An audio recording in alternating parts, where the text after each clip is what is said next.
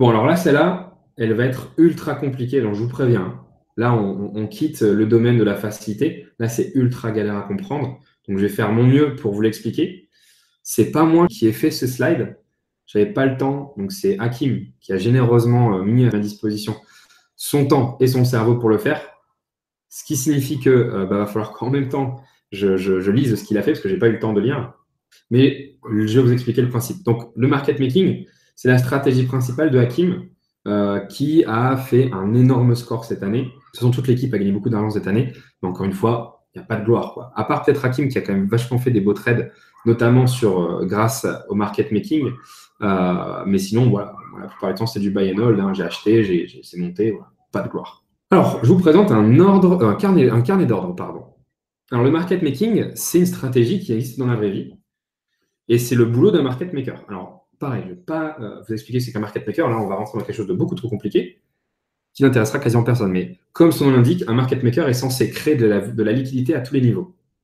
Donc là, je vais vous apprendre comment on fait pour manipuler un prix. Donc, un carnet d'ordre. À quoi ça ressemble? Là, vous avez le carnet d'ordre de Litecoin contre le dollar de l'exchange HIT BTC. OK. Alors, ici, vous avez la colonne, pardon, achat de Litecoin. Et ici, vous avez la case vente de Litecoin. Alors, ça veut dire quoi? Et c'est quoi un carnet d'ordre? En fait, un carnet d'ordre, c'est l'endroit où les traders mettent les ordres, les prix auxquels, pardon, ils voudraient acheter ou les prix auxquels ils voudraient vendre. Donc, par exemple, si on prend cette première colonne, on se rend compte qu'il y a quelqu'un, on ne sait pas qui, hein, mais il y a quelqu'un qui veut acheter du Litecoin, veut acheter 0,7 Litecoin, au prix de 41,80 $, parce qu'on est sur le Litecoin dollar. Donc en gros, il a écrit son intention. C'est un peu comme s'il se baladait sur un marché et il dit, bon ben les gars, moi je suis là pour acheter du Litecoin, je peux l'acheter à 41 $. Qui est-ce qui est prêt à me le vendre? Donc ça, c'est le principe d'un carnet d'ordre. Et de l'autre côté, vous avez les vendeurs. Alors les vendeurs, c'est un peu l'inverse. Eux, ils sont là pour vendre. Donc, par exemple, si on remarque ce mec-là, lui, il veut vendre 1,6 Litecoin, et il dit, ben, moi, je suis prêt à les vendre à 42,46 $. Alors là, le problème, c'est que quand on regarde le carnet d'ordre, là, on voit que la situation est bloquée. Parce qu'il y a des acheteurs qui veulent acheter à 41 et des vendeurs qui veulent vendre à 42. Pour qu'il y ait une transaction, il faut que les deux se mettent d'accord. Donc, soit le vendeur va baisser son prix, soit l'acheteur va monter son prix. Bon, je pense que ça, c'est pas très compliqué à comprendre. Alors, pour bien vous expliquer le principe du market making, je vais vous faire un market making avec des tomates. Imaginez deux marchés différents. Vous avez le marché A et vous avez le marché B. OK? Imaginez quelqu'un qui arrive sur le marché A. Donc, il parcourt l'allée du marché A et sur les côtés, il y a des stands de... Alors ça, c'est des tomates. Hein, il y a des stands de vendeurs de tomates. OK? Et lui, il va voir les vendeurs de tomates et il leur dit, bonjour, je suis ici pour acheter des tomates. Moi, je suis capable d'acheter 5 tomates au prix unitaire, donc par tomate, donc je ne connais pas les prix de la tomate, mais on s'en fout, de 1 €. Donc là, les vendeurs se disent, ouais, mais bon, moi, je serais plutôt chaud pour les vendre à 1,2 €. Bon, bah, c'est cool, c'est pas grave, moi, je ne deal pas avec toi, je vais voir ton voisin. Donc en gros, il va faire jouer la concurrence des vendeurs. Jusqu'à ce que finalement, il y ait un vendeur qui cède et qui dise, bon, allez, c'est bon, moi, je te les vends mes tomates à 1 €. Une fois que j'ai mes tomates, je vais aller sur l'autre place de marché, là où j'ai mon stand. Et je viens d'acheter mes tomates à 1 €. Et là, je vais les vendre 1,20 € cette fois-ci. Et pourquoi je les vends 1,20 €? Parce que sur cet autre marché, je constate que mes concurrents, ils vendent la tomate à 1,50 €, à 2 €, à 1,07 € ou à 1,03 €. Et comme moi, je viens d'aller sur un marché où la tomate est moins chère, où j'ai pu descendre le prix d'achat à 1 €, et que sur ce marché, le prix de la tomate est plus cher, eh ben, je vais tout simplement le vendre à 1,20 €, c'est-à-dire que moins cher que tous les autres vendeurs, mais toujours plus cher que ce que j'ai acheté. Et donc forcément, tous les acheteurs, où est-ce qu'ils vont aller? Ils vont d'abord aller me voir moi. Donc en gros, si on résume ça avec un carnet d'ordre, sur mon premier marché, en gros, c'est le marché des acheteurs. Et j'ai réussi à convaincre quelqu'un. Moi, mon ordre d'achat était 1 euro. J'ai réussi à convaincre quelqu'un de me le vendre à 1 euro. Et une fois que j'ai la marchandise, j'ai été sur le marché des vendeurs et j'ai regardé, j'ai vu que pour l'instant, il y avait quelqu'un qui vendait sa tomate à 1,3. Et bien moi, je me suis placé juste au-dessus, à 1,2. Et du coup, en quelques minutes, j'ai acheté à 1, j'ai revendu à 1,2, j'ai fait un bénéfice de 20 centimes par tomate. Alors pourquoi est-ce qu'on appelle ça du market making? Parce que pour qu'il y ait un prix, il faut qu'il y ait une transaction. Il faut qu'un acheteur et un vendeur se mettent d'accord. Le premier marché, quand je suis arrivé, j'ai fait baisser les prix à 1 euro. Sur le deuxième marché, le prix le plus élevé était 1,3. C'est-à-dire que si moi, je n'étais pas arrivé, peut-être que les consommateurs auraient acheté à 1,3 euros parce que c'était le prix le plus bas. Mais comme moi, je suis arrivé avec mes prix bas, 1,2, j'ai fait baisser les prix. C'est ça qu'on appelle le market making. C'est modifier les prix en créant des transactions entre les prix d'un carnet d'acheteurs et les prix d'un carnet de vendeurs. Alors, comment ça marche en gros dans la réalité? Alors, on va passer directement à ce qui nous intéresse. Bon, je vous passerai, si vous voulez, aussi plus tard les slides. Donc là, sur le Litecoin contre le Bitcoin, on remarque quelque chose. On voit qu'il y a une différence entre les acheteurs. Il y a des acheteurs qui veulent acheter pour 41,80 et des vendeurs qui veulent vendre à 42,46. Donc moi, je suis un petit filou. Je me dis, bon, qu'est-ce que je vais faire?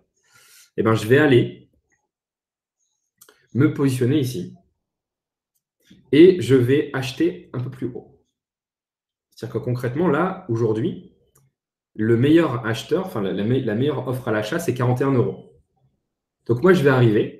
Donc le mec, il est là. Imaginez, il a une pancarte, il est dans la rue, il fait voilà, bonjour, moi j'achète pour 41 euros les tomates. Et moi, j'arrive et je suis vraiment un petit bâtard, je vais m'asseoir juste à côté de lui. Et sur mon panneau, je vais écrire ah ouais, moi je vous les achète pour 42. Donc forcément, quand il y a un vendeur de tomates qui va passer, il va regarder mon panneau à 42, il va regarder le panneau de mon voisin à 41,80. Il va dire bon, écoute, moi je vais te les vendre à toi qui m'en propose à 42. Donc du coup, j'ai volé les tomates à ce mec-là. Donc concrètement, comment est-ce que j'ai fait sur le marché? Nous, on a volé ce mec-là, on s'est mis juste au-dessus. Donc en fait, qu'est-ce qu'on a fait? On a créé un ordre d'achat. Et ensuite, une fois que j'ai eu mes tomates à 42, j'ai été de l'autre côté. Et là, qu'est-ce que j'ai fait? J'ai essayé de les vendre. Donc là, du coup, ce que j'ai fait, c'est que j'ai vu que le meilleur vendeur était à 42. Donc là, imaginez maintenant l'autre pièce avec, cette fois-ci, les vendeurs assis par terre avec leurs panneaux. Et il y a un vendeur qui dit, moi, je vends mes tomates à 42,46. Et moi, qu'est-ce que je vais faire? Je vais prendre un panneau, je vais m'asseoir juste à côté de lui pour le faire chier, et je vais mettre, moi, je vous les vends à 42,20. Donc du coup, une minute avant, j'ai acheté les tomates à 42. La minute d'après, je les vends à 42,20. Bim, j'ai un ordre qui est fait. Et je viens de créer un nouveau prix. Parce que maintenant, du coup, le prix, là, quand il y avait la transaction, il était passé à 42. Et là, grâce à moi, le prix est passé à 42,40.